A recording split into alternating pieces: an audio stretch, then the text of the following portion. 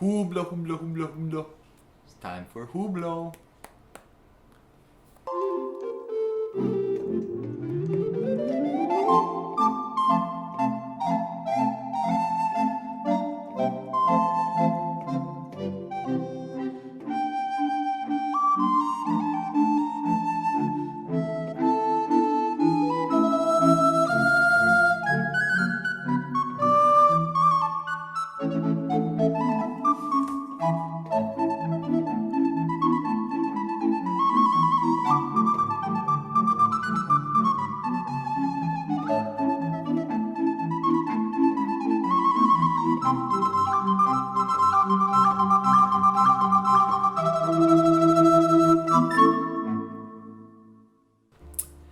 I never liked Hublot.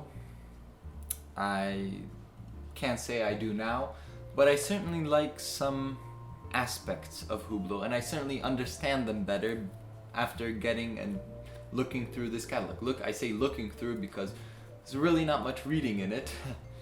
It came very quickly, was the third catalog I got. Lange, Armenstrom, Hublot.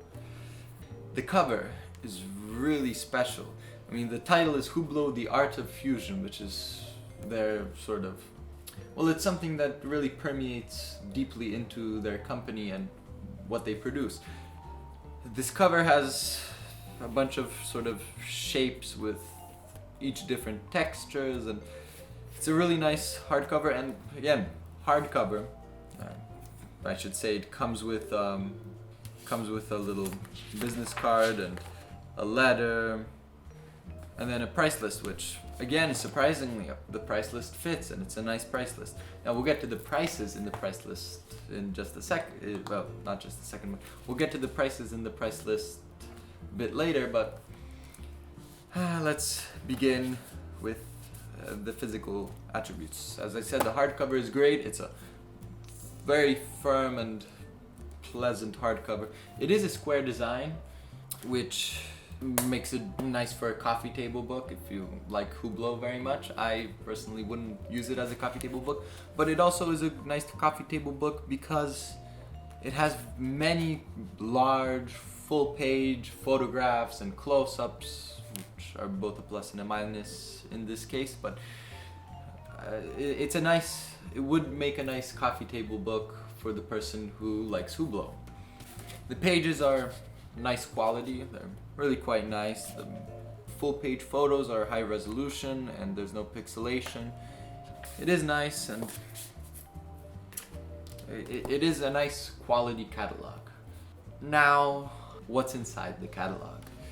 Here is where things get interesting. There is no history. Nothing. No background story, no nothing. It immediately goes into the Big Bang collection and the watches.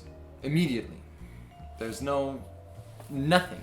Oh, I should mention that I do like something that they do, and that's they have the title for each sort of watch, and then they have the size of the watch. The size of the watch, yes.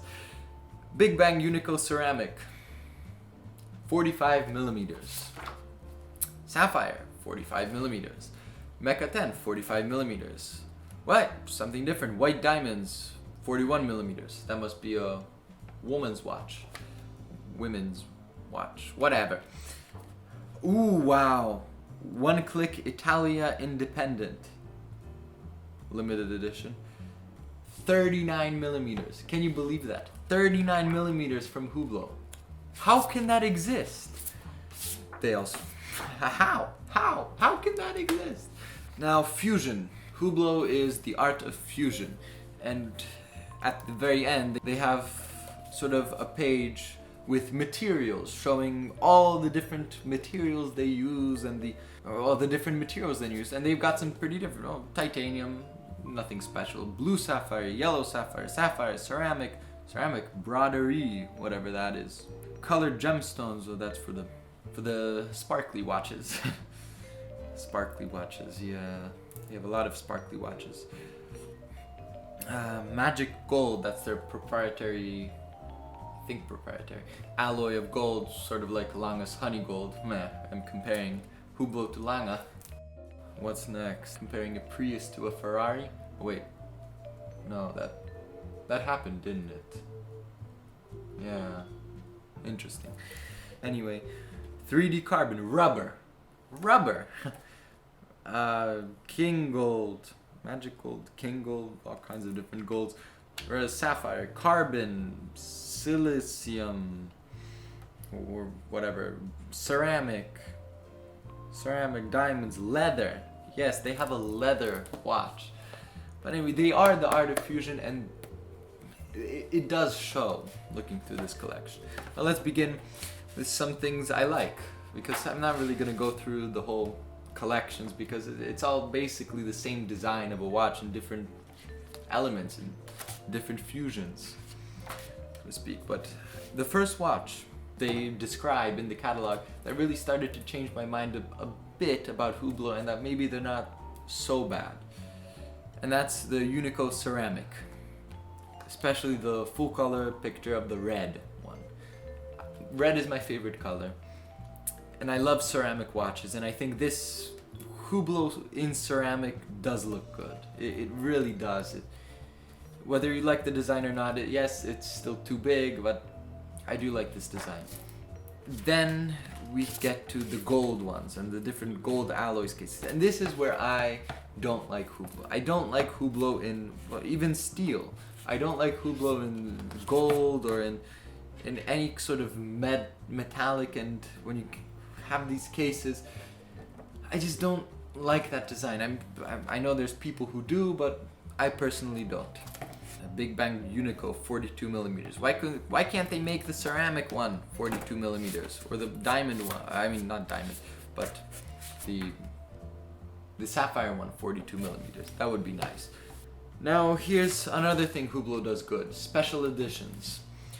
Big Bang Unico Golf, Unico Special one, Ferrari, my personal favorite. The Unico Ferrari is my favorite watch that Hublot make. I do really like Ferrari, and I think this watch, the Big Bang Ferrari, especially the limited edition one, how many is this? 500 pieces. That fits Ferrari, and that is Ferrari, and that's a really good pair.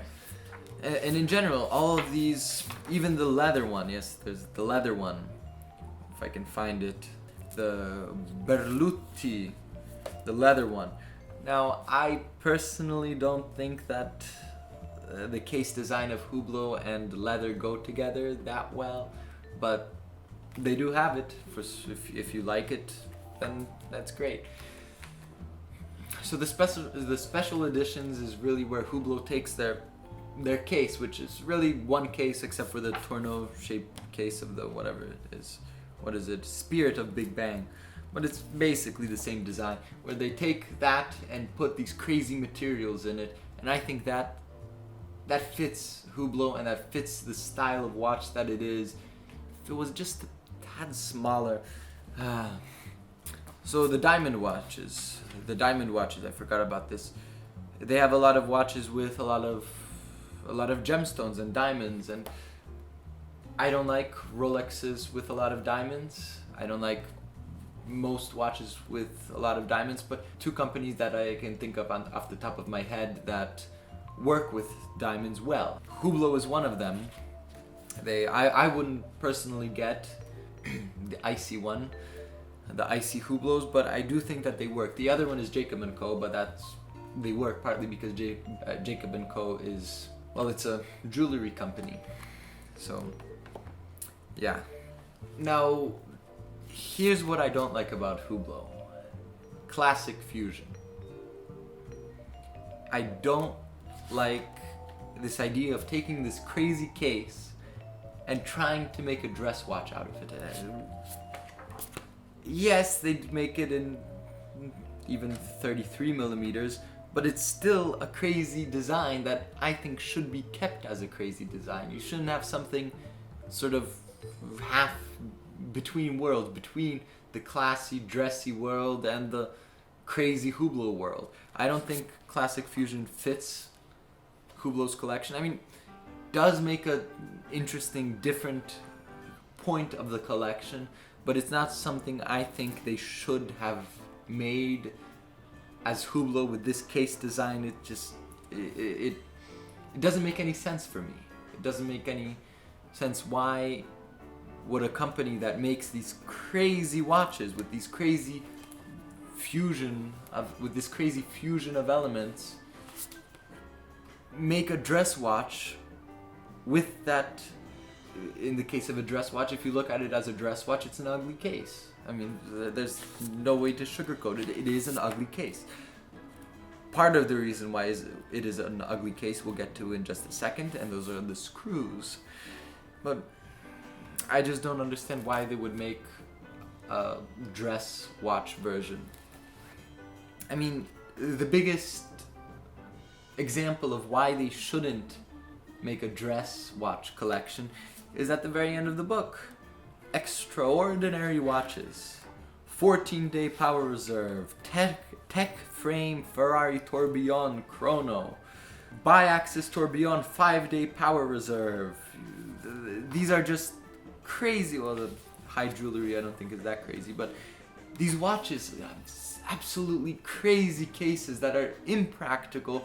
They don't, I mean, 14 days power reserve, it's a 45 millimeter watch. Well, for 45.9 millimeters, just 0.9 millimeters bigger, you can get a Lange 31.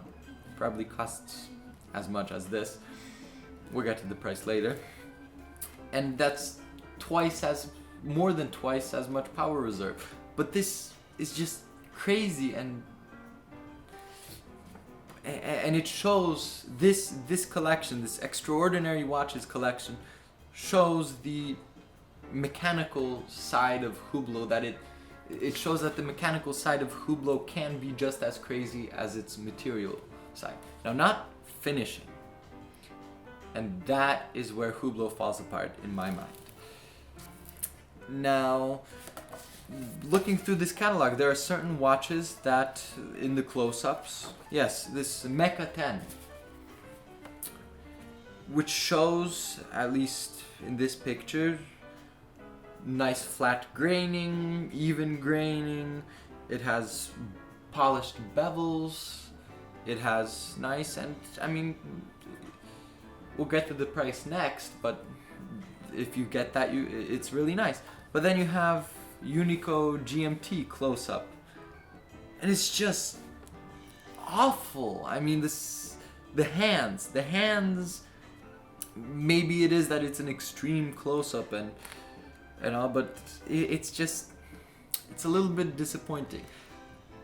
I wouldn't mind the sort of design of what finishes they chose to give, like the flat graining, no stripes and everything, and the sort of matte texture thrown here and there, if it was finished well.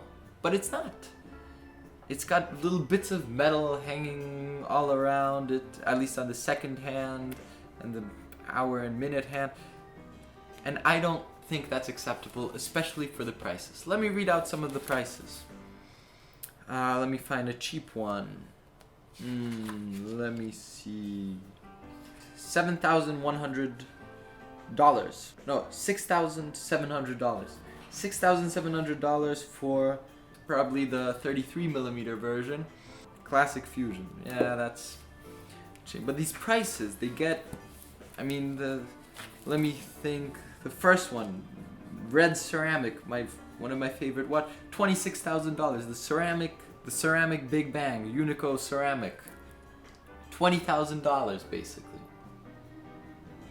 I mean, maybe there's something I'm missing, but if the finishing on this watch, I mean, this finishing on this watch is a little different because they painted the hands, and for example, the Unico Sapphire, that has the ugly hands. And it really is, I am really talking about the hands specifically, which I think is just unacceptable, if it is how it appears. If it's not, tell me in the comments. But that's enough about that. Now, let's compare this high quality square catalog to another high quality square catalog. IWC. Slightly smaller, the IWC to the Hublot, but they're both square catalogs, they're both high quality. and they both came relatively quickly. Yeah, let's compare them. So first of all, IWC tends to have great value for the watches. Hublot, like I said, I don't think it does. Oh, I forgot to mention. Finishing, whatever you say about, maybe I'm wrong about the graining. Here's where I'm not wrong. The screws. These screws are not aligned. One is here, one is there, one is there. What? Not very good, Hublot, not very good. You're paying $20,000 to have a bunch of screws in different places. Audemars Piguet's Royal Oak. Screws are aligned. This, they're not. And because they're not, for me, it ruins the look of the whole watch. If they were aligned, I would at least be able to say, okay, that's a good style. It's, well, other than the finishing on the hands, it's well executed. This, I don't know if it's on purpose or not, but it does not work for me. It really doesn't. Now, back to comparing with IWC. Value, not that much value. This focuses on their history and on the historic collection. These classic watches, these very nice fonts, nice everything. Classic, sort of what I would call an everlasting design. It will be classic forever. Not very classic. Yeah. Art of Fusion doesn't really sound classic, does it? While International Watch House is a little more classic. Other than that classic design and the pilot's watches, I'm talking about other than the pilot's watches, because I think pilot's watches sort of deserve their own category. Like when it comes to reviewing a company, unless the company focuses specifically on pilot's watches. Even then, pilot's watches are sort of this different aspect of watchmaking that have, in my opinion, a different set of rules. See, so IWC focuses on mechanical innovation, Hublot on material innovation. That I think really sums up where Hublot is on the spectrum of watchmaking. There are basically, in my mind, three, maybe four sides to watchmaking. There's movement design, so the mechanical side of watchmaking. There is the finishing of that mechanical movement, so Lange, stuff like that. And then you have the design of the watch, face especially, but the design of the watch, the materials of the watch. And Hublot really defines that last category. Dare I say, creates that last category. So my verdict on Hublot. I have sort of mixed feelings on them. On one hand, they are a company that does watchmaking in a style that I don't like. Focus on materials and really pushes movement finishing aside. But some of their watches really do stand out as nice watches, and they work, and I like them. I may not like the classic designs, but for example, the ceramic Unico ceramic or the sapphire cases, I really like them. And so here's what I'll say about if I ever want to get a Hublot. Will I ever want to get a Hublot? If I have enough money to have a collection that's large, and I get all the little Armstrong type watchmakers, Armstrong, McDonagall, all of these small watchmakers that make in sort of this price range that I would take over Hublot. I still have money left over and I want a watch. I'd probably get a Hublot. It is a nice catalog after all. Thanks for watching the video to the end. If you liked it, please subscribe and like the video. Perhaps consider supporting me on Patreon. Any support would be greatly appreciated. I will be coming out with catalog collectors once a week for the foreseeable future. Of course, until I run out of catalogs. We'll see what happens then. See you in the next one.